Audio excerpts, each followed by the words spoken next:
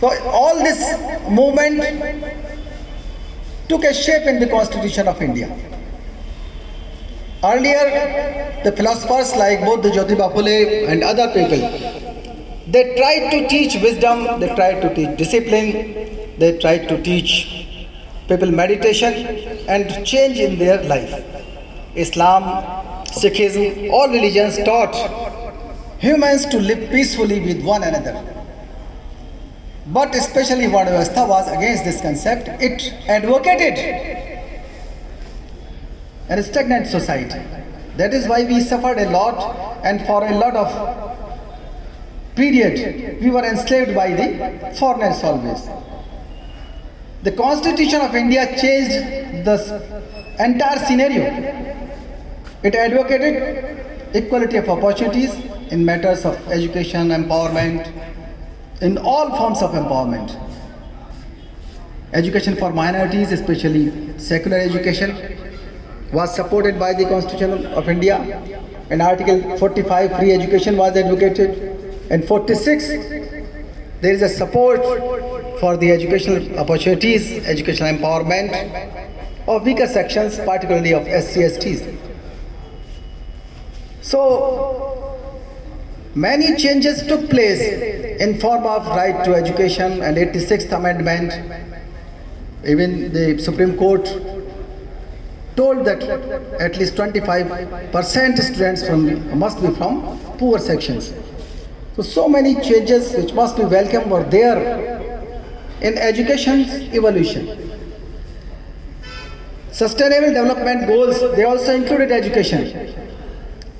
They are 17 number, and by 2030 they want to change this scenario. And that's an agenda regarding people, regarding planet and their prosperity. And this SDG 4 associated with education wants that everybody throughout the planet must be educated. Inclusive education must be there, scientific education must be there, gender discrimination should cease to exist in all forms of education. What we notice throughout the world when we interact with others, the foreigners tell about that the Indian people, they don't have humility.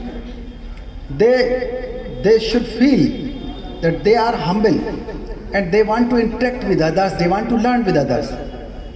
What happens here, in other lands also it happens sometimes, that after getting education, people re-strengthen their old beliefs.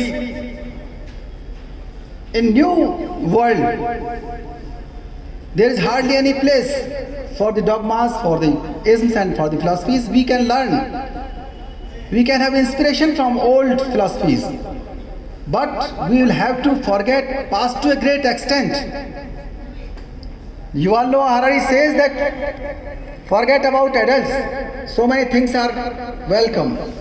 But when they snatch away you from your future, certainly that is objectionable.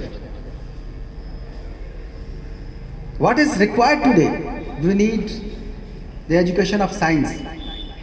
We need education regarding engineering. We need education of mathematics. We need education in English medium of instruction. We need legal education. We need peace education. What is peace education?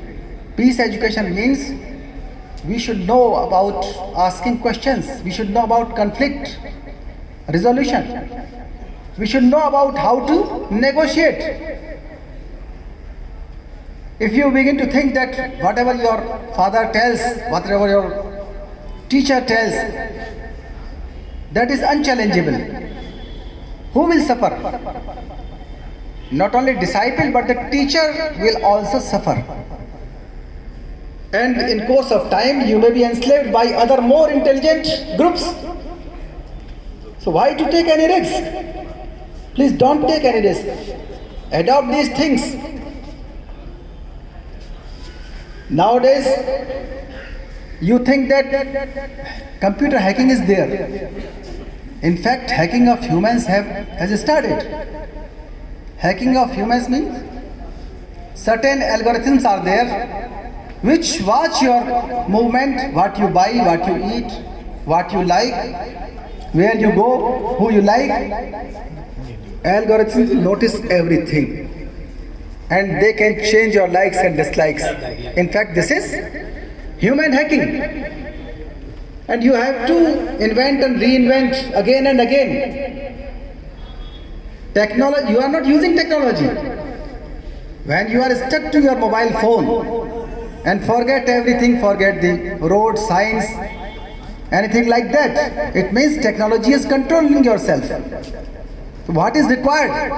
That you have to invent and reinvent yourself again and again. You will have to move faster than algorithms, than scientific aids, than Amazon, than world governments. You are thinking human beings, so you have to move faster if you want to protect your human existence.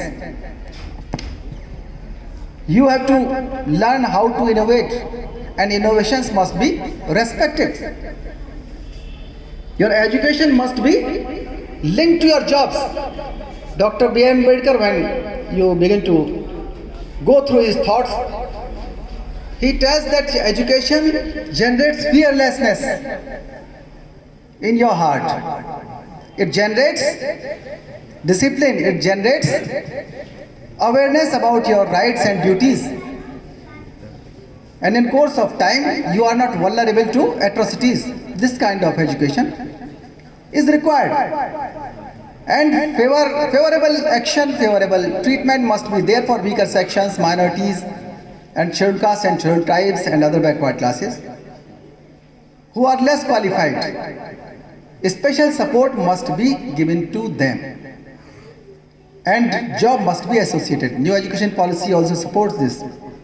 But any policy, any movement, any campaign, if it wants to re-strengthen their old dogmas, old dialogues, old scriptures, certainly some alarm is there. Obsolete things must not be re-strengthened. International definitions cannot be redefined. You cannot redefine democracy. You cannot redefine nationalism. You cannot redefine what is good, what is bad, what is wrong, what is right. Because they are already existing in dictionaries and international level of intellectuals. They are watching this. If you want to re-strengthen your beliefs and you prove you are using science, you are using technology to re-strengthen your own superstition, certainly you are harming not only others but yourself also. This is not the target of STEM education.